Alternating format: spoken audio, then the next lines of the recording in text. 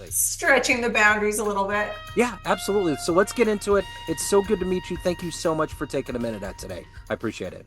Thank you for having me. I appreciate it, Joe. You bet. So before we get into your work, I always ask about COVID. 6 years ago, our lives were completely changed. How did you get through that era, and how has it influenced the way that you do things and live today? Ooh, well, I've always been a little bit of a hermitess. So being isolated in my home wasn't necessarily a bad thing. And I definitely brought in the element of play for my children and to unite the family. Sadly, though, it also unveiled some truths within my relationship with my husband at the time. We are now divorced. So, like a lot of other couples out there, that was the catalyst to our official separation. So let me ask you this. I know with your title, there's a lot going on here, Mhm. and there's spirituality, energy, you write, but I want to boil this down to something that a 12-year-old can understand. I'm going to put you in front of a bunch of kids at career day, and the kid in the back of the room wants to know what you do for a living. How do you answer them? I am a coach, and just like a baseball coach or any sports coach, I help people read patterns and understand energy. And our energy is linked to our emotions, and to learn how to really regulate our emotions and understand what's going on within the body, what's happening around me, so that I can elevate my frequency. I can create choices for myself so I can show up in the world in the best vibration I can. And as a coach, I teach people how to do that, and to understand that we aren't who we think we are. We are energetic beings, and we have the power to control our energetic signature and transform our lives from that. So just because you're brought up in a home where there was a lot of trauma and fighting, I show you that you do not need to be a victim to that, and that your destiny is outside of this. So when you were 12 years old, what was your dream job? What did you want to grow up and become? Oh boy, my dream job, I actually just wanted to have a family and help people. That is something that I've maintained my whole life. And I was always a creative little girl, very expressive. I'm a Gemini. I like to talk. And so, yeah, I dabbled. I thought about perhaps becoming a hairdresser. I also thought about psychology. And my life has transformed over and over again. And here I am kind of merging it all together and sharing through my experiences for others to be enlightened. So take me back to your beginnings. What were the seeds that were planted that became, you being energetically sensitive, understanding how this works, helping people get there, the creative part? How did all these seeds get planted and harvested into who you are? Well, the little girl, I was the girl that went to bed at night, and I was very sensitive to energy, but I didn't know it at the time.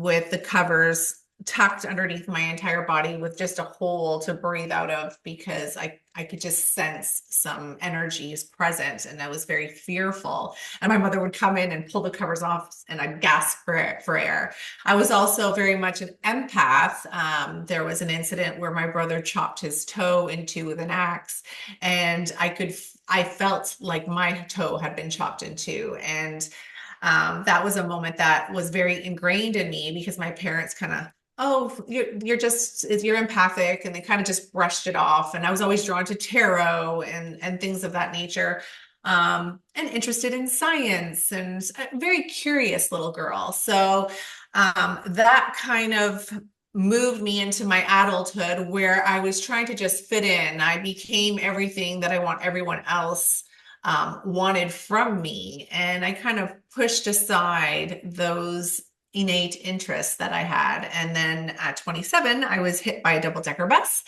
and had a near-death experience. I should have died, but I survived for a reason. And that was the real catalyst to my true awakening, where I actively started to ask questions about the meaning of life. And I read The Alchemist, and that transformed me as well, and how I could become the alchemist of my own life and tap into my purpose and raise my vibration and move outside of ego and programming altogether.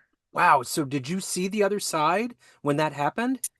It was more of a be I became a part of everything. It was like I had a bird's eye view. So I saw my body on the ground, and the bus, and then I had a glimpse of the bus driver who was holding his head, sitting, rocking. And then next thing I knew, I woke up in the hospital bed with three doctors in front of me, looking at my vitals in disbelief. I got up, I threw up, I went back to bed, and I walked out of the hospital 3 days later. That's amazing. So what was the feeling like when you looked at yourself? I always hear that when you get on that other side, there's a level of comfort that you don't feel on this You planet. don't, yes, you don't feel, and actually, I had a very similar feeling with it through an ayahuasca experience, and I can tap into it now. So I'm testimony that you can access these feelings even in this reality, in this physical form on Earth. But it's peaceful. It's that energy of oneness. It's very expansive. Nothing, no heaviness whatsoever. So, when I talk to people that are energetically sensitive, that have a sense that's different from the regular human being, I always hear that it's possible for anybody to feel this way. Anything is plausible. You can train yourself, you can get to that place. I did it. I know it. How do you do it? Is it because I've heard from people too? Like I interviewed a gentleman recently that has this synesthesia that he can remember his entire life day by day from when he was 6 and he's in his 60s now. He can remember all of these things. What a gift. Oh, it's unbelievable. But he was telling me the best thing that he can do is relax his brain. Uh-huh. And I'm Mhm. wondering, in this realm of being energetically sensitive, what is the key to relax the biggest muscle, which is your brain? Well, it is, you have to train it. You learn. So by identifying as an energetic being, you learn to move out of your mind, and you use your body as your teacher, and you start to just feel the energy. So I show people how, instead of absorbing energy, because that's what we all do, we're all looking for something outside of ourselves. We teach people to flip it. And so get out of your thoughts and to move into the body and push out into your auric field. And you do it enough, all of a sudden it's like a light switch gets turned on. That's where that they have pictures of people with auras painted around them. That's essentially what they're doing. You move out of the ego mind altogether, and you just exist, and you can shift your energy by just tapping into whatever it is you desire. Wow. So, who's been your hero? Who's been your inspirational force to allow you to evolve into who you are today? My hero. That is a big one because there have been many along the way. I really love Jane Fonda. She has transformed her life so many times, and she is the embodiment of an evolved woman who never stops looking and seeking and growing. And so I would say she's the one that comes to mind right now. So, would you like to meet her? Is this someone that, if you had a chance, Oh, absolutely. I would never turn that down. what would you want to know? Well, if you had a chance to ask her a few questions, what would you want to know about it? I would actually just like to be in her presence. See that this is I communicate through frequency now. Sure. So it's a little bit different Yeah. than the old version of me. I would just like to enjoy her Yeah. and just be in the presence of her energy and to have an opportunity to share my energy with her and just let things flow because that is what it is to live in 5D consciousness. Yeah. So no expectations. Yeah, absolutely. So let me ask you this. What is the energy every day for you to wake up to do this work? Because when you're helping other people get to that place and you're reading energy, you almost, I mean, you get into the messy part of being a human. How do you protect yourself? How do you maintain that energy and to also take care of yourself? Prayer, 100%. I am tight with my spiritual team. Um, I have an altar. I communicate with them all throughout the day. And I'm always cloaking my home, my children, the people I love with that protective energy. I really value and protect my temple, that is my body. So if I feel like something is out of alignment, I will sit and reflect on, okay, where is this coming from? Is this something external? Is this something within? Is there a chakra that's out of alignment? And I do what I need to do either through breath work, through spiritual baths, through sound, meditation to bring things back into alignment. So people obviously come to you and hire you because they're seeking a service. But is the one that administrates that, is it a two-way avenue? Do you get as much from your clients as they get from you? Is there a real direct energy transference with what you're doing? Absolutely. When I can assist somebody by just holding them in a high vibration so that they can come to their own big breakthroughs, insights, aha moments, and then actually experience what it is to be connected to the universal fields that is oneness. That is the most exciting thing for me because this is my purpose. This is my mission, my dream. If we are going to elevate as a planet and move out of all this fear and hate and hostility and separation, we need to do it one by one. So it is my honor to be able to inspire somebody to be able to taste that for themselves so and give them the tools that they need to continue living in such a vibration.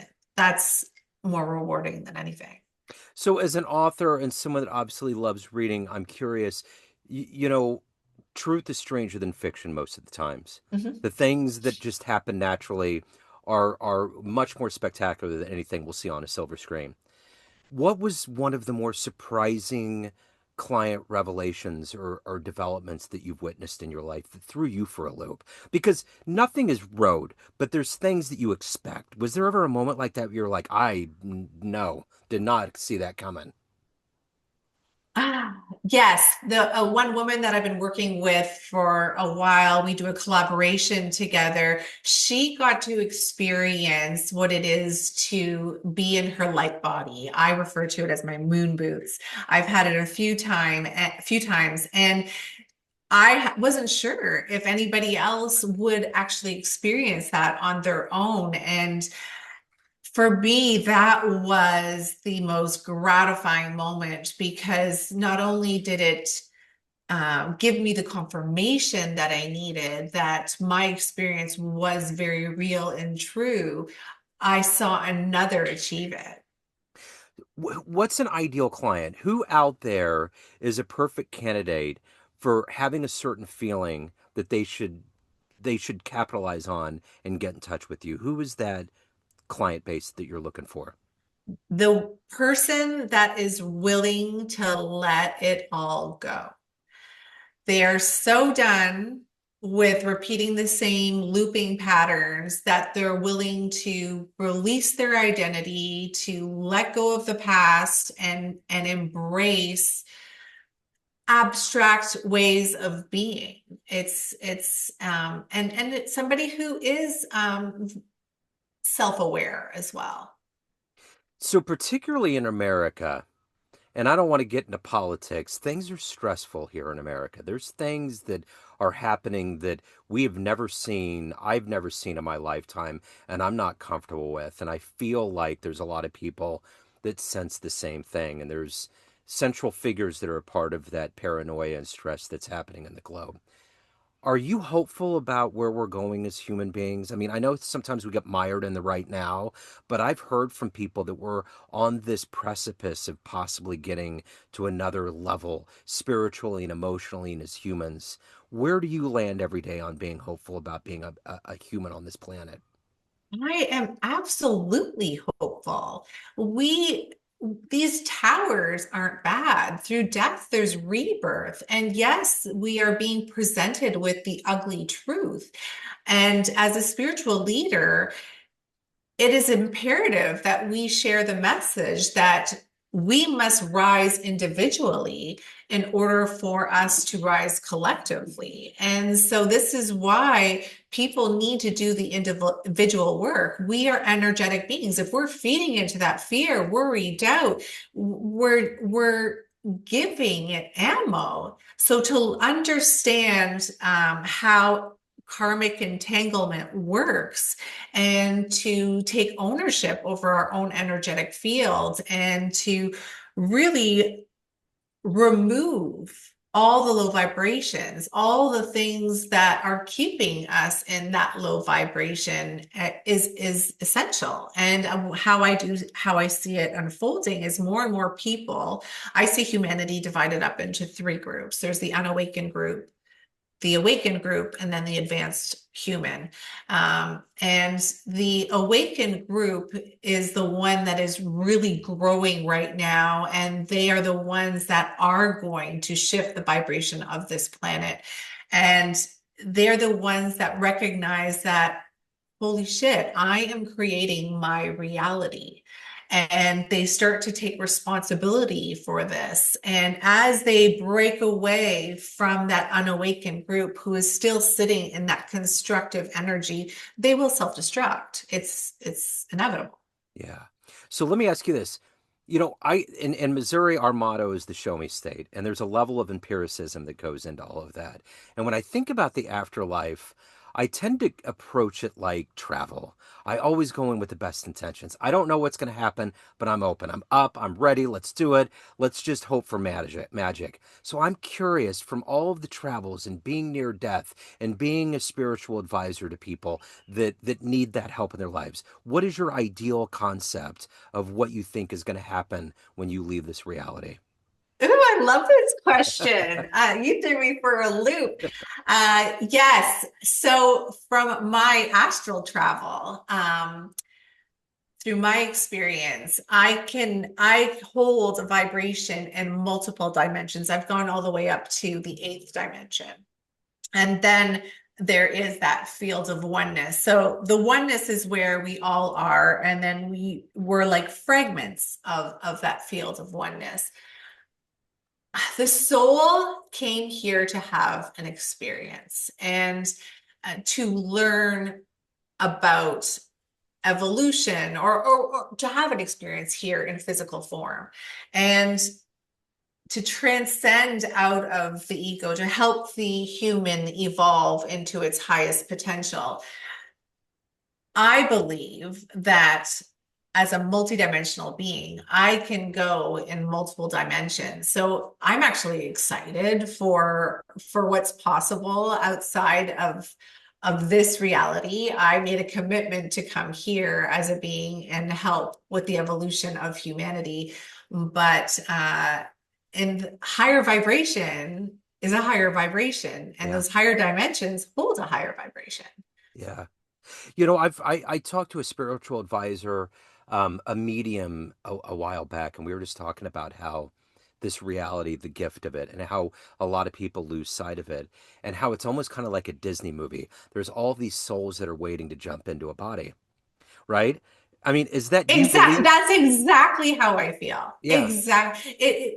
There's no greater gift because in those high dimensions, there's so much love that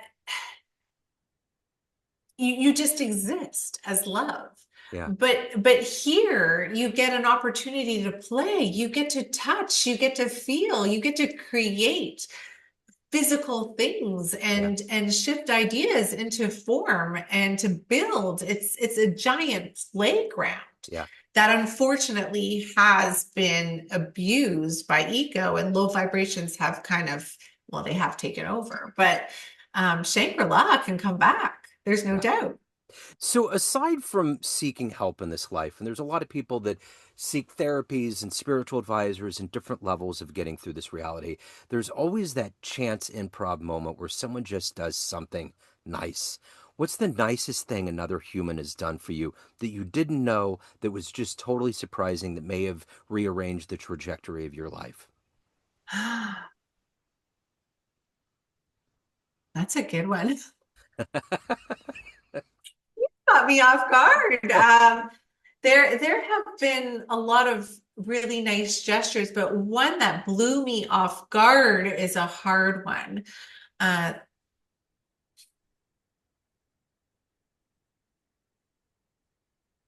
I mean, maybe a gift that was sent to you, maybe a card that was mailed, maybe a comment that was made that just kind of threw you off guard, maybe just a moment that we'll get back to it.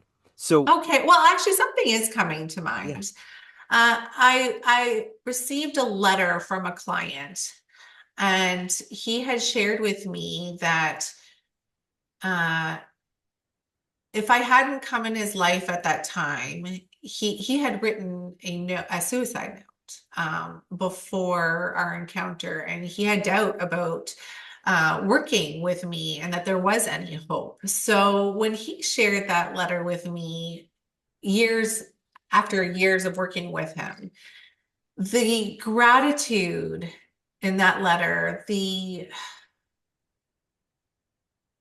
blessing it was to be a part of his transformation. Yeah. I'm sorry, it That gets me a little it's emotional huge. because that is the best gift that Yeah. anyone. I love it. So let's say you had a dream tonight and you ran into that young version of you under the covers and you said, "Look, I have a projector here and I'm going to show you something." And Mhm. it's you're your age now and you show a 60-second highlight film of your life and what's happened so far. Would that young version of you believe that that was your life? No, Would you give that young version of you advice? And it actually, works great. I shouldn't say that. I was the girl that watched all the Disney movies, and I believed, and I still believe in all that stuff and Yeah. true love, and but I don't believe she would have believed that I would have had all the experiences that I had. Yeah. When you think of the word retirement, when that big, huge, flashing word comes up in your mind, what do you think about? I'm still going to be coaching, hands down. Yeah. This is something that brings me great joy. I see my grandchildren, possibly great grandchildren. I see myself living a really long time. I see water. Um, I love the ocean, and it's just being there. There's no goal in sight per se. It's just I am in a place where I have truly surrendered and I trust that my destiny is mine and everything that is exactly right. So, I think along the lines of talking about empiricism, what the other side looks like. I think we all have this idea of what God looks like we this concept, whether it's so much light we can hardly see it, but there's been actual deities that have come to this planet Mhm. between Jesus and every faith, from Hindu all the way down the line.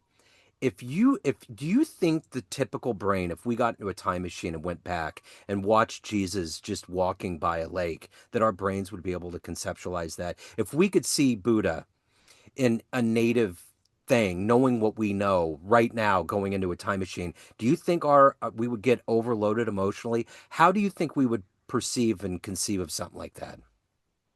I think every human will receive it differently. So that is a hard question to answer. It's no different than right now. We all hear words and receive messages, and we all interpret it differently. So it really depends on the eyes of the beholder. But I do know that the transmissions are felt on an energetic level, whether they're conscious of it or not. A shift will happen. This is where they're like a karma dharma activator. Yeah.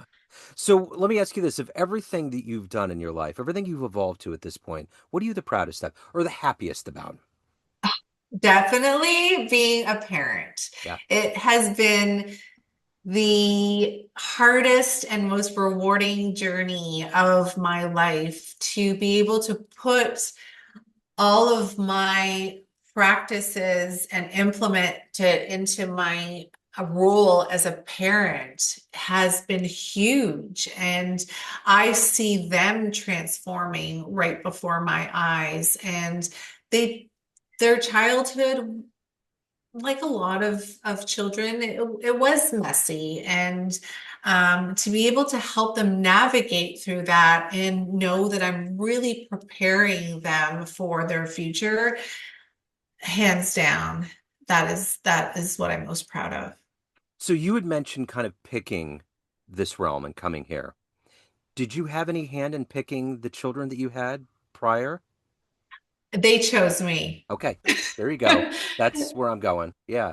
They chose me. I do believe in soul families, soul groups, and that we all play a role, and we're here to help one another, to activate one another into our highest, most evolved potential.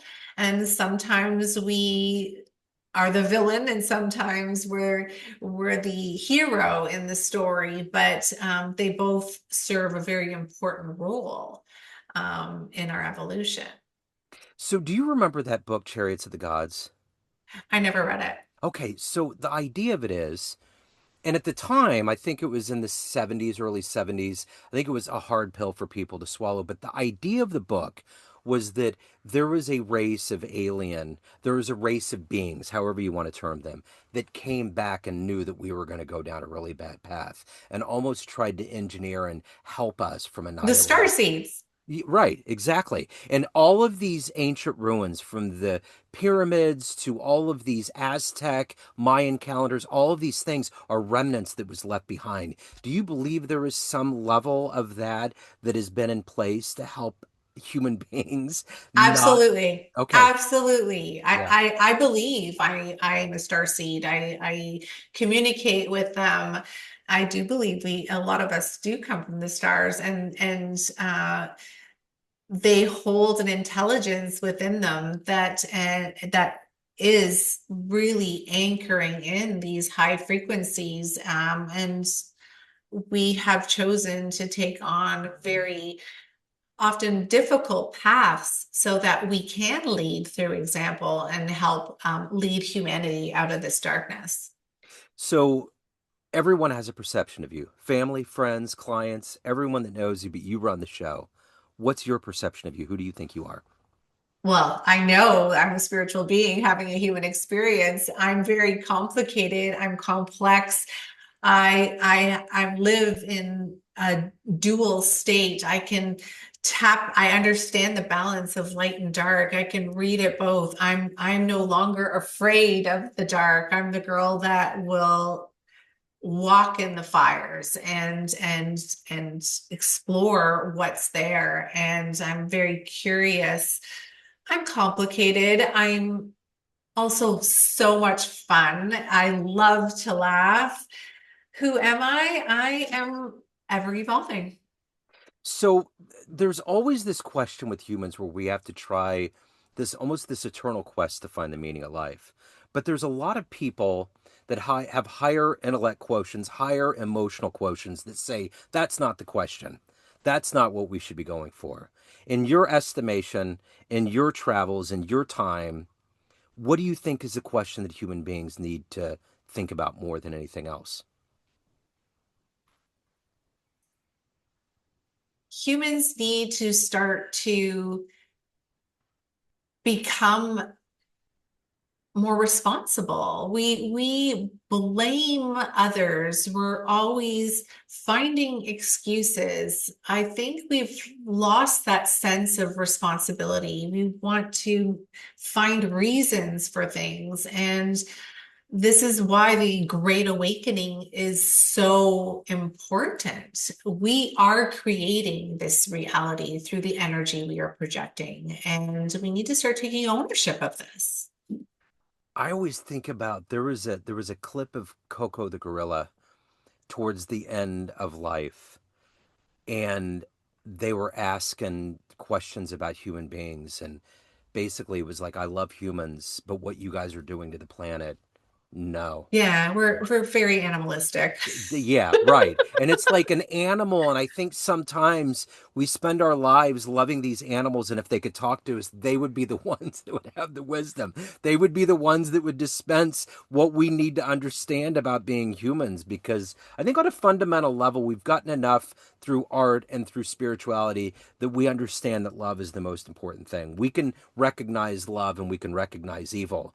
But somewhere in that gray area, we haven't figured out a way to make some level of harmony so it makes sense, you It's know? ego. It's Yeah, ego. yeah, And that is the difference between 3D and 5D. It's being able to let go of who you think you are. yeah, And what does the ego do? It wants to manipulate and control, and they're always in a state of survival, fear, and what's the threat? What do I have to gain? And they operate from that place. And once you let that go and start to identify in being an energetic being, then you can transcend out of that altogether. And then the laws of the universe start to work in your favor and you get exactly everything that you actually wanted in the first place. yeah. So for those out there that are ready for the next step, they want to reach out, questions, hire you, any of the good business, where do they go? They go to Liane, Liane, Marie, Marie, Lambert.com. You can also find me on Instagram. I am going to be launching a new VIP program so I can work with clients one-on-one. And I have a group course that's 9 weeks.